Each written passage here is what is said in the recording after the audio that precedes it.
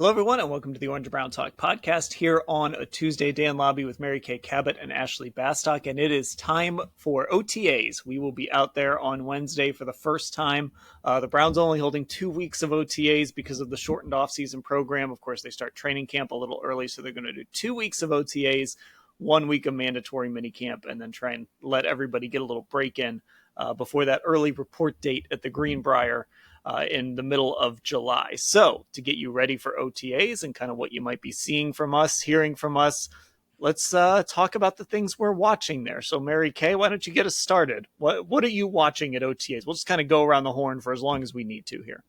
Well, there are so many things that I want to see at OTAs. So many new guys that we've been talking about, writing about, thinking about.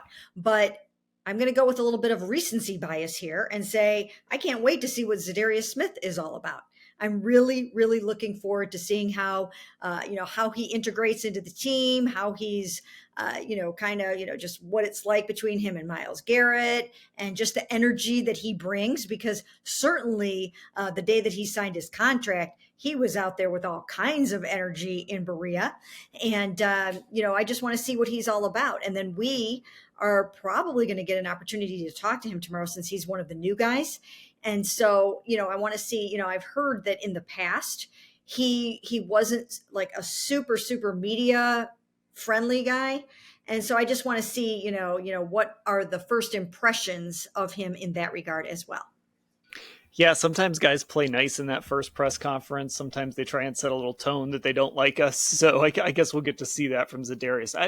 When you mentioned Myles Garrett, Mary Kay, I kind of thought, I hope he's there, right? Because Myles sometimes is in and out of the offseason program, or he has been in the past, and we're still in the voluntary part because, Ashley, seeing Myles and Jadeveon Clowney next to each other was like jarring when those two first showed up. And I want to see what Myles and Zadarius look like together. I know there's no contact. I know they can't hit the quarterback and all that, but I want to see what those two we talk so much about the eyeball test. What do they look like next to each other? Yeah, and I wrote about this, I think, right after rookie minicamp, and then again in my 3 things I'm watching for OTAs, and I didn't single out Zadarius specifically, even though I think that's a great one. But for me, when we were at minicamp and watching the new guys come up, right? It wasn't there's no contact, they're not wearing pads or anything, but you could still see, even though they're going against garbage cans and tackle dummies, I thought you could still see the way explosiveness was emphasized by Jim Schwartz, the way he was coaching them up. And I think when you do get those veteran guys in there, we're going to see that even more. So yeah, so much of it is about an eye test at this stage, but you can still glean things from that, I think. All right, Ashley, what do you have? Yeah, I'll go over to the offensive side of the ball. I think one of the things I'm most intrigued to see is what Deshaun Watson is going to look like with some of these new pass catchers in Cleveland. So, Jordan Akins, who he's obviously played with, but to just kind of see what that chemistry is like. And then to add Cedric Tillman into things. And he's a bigger bodied receiver than what they've had on the roster last year with Deshaun. And then I think the two I'm most interested to see, Elijah Moore and Marquise Goodwin, because that's a kind of speed that Deshaun hasn't really had to work with yet here, and what those guys kind of look like. And also with the caveat, Mary Kay wrote a story last week about this Puerto Rico trip that Deshaun took his offensive teammates on, and a lot of those guys were in attendance, it looked like, from the pictures that were posted on Deshaun's social media. So they've already kind of been working on this chemistry and bonding and things like that, but I'm excited to kind of see it in action and try to get a feel for what it's actually going to look like with him throwing those guys the ball. Yeah, there's a lot of different branches off of this that I kind of want to discuss. But Mary Kay, that is sort of our first look at Deshaun Watson this season now.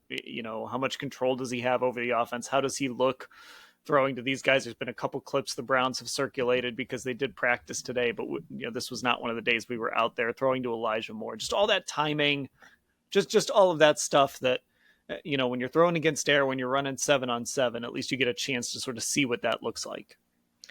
Yeah, and you think about it now, Deshaun Watson can get all of those first team reps and he can get prepared now. He can get that timing down. You don't have to worry about getting two guys ready to play your season. You can focus on the one main guy. So I think that's going to be important.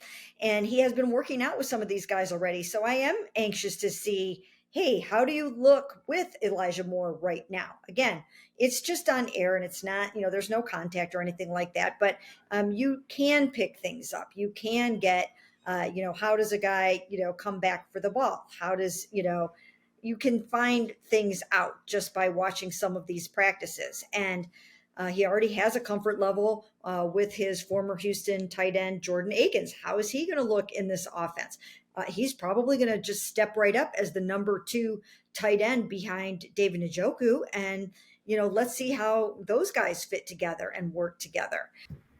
So I'm going to kind of continue down this stretch here with the Deshaun and the receiving core. And one of the things that's great about the spring, and there's a couple instances of this last year, you kind of get to see what the Browns are thinking about a player's role and where that player is going to play, where he fits. So like, remember last year, it was in the spring when we kind of picked up on like, oh, Greg Newsome is like, he's playing the slot. And we had seen it a little bit in the season before, but that was sort of in an emergency, like, hey, we need somebody there.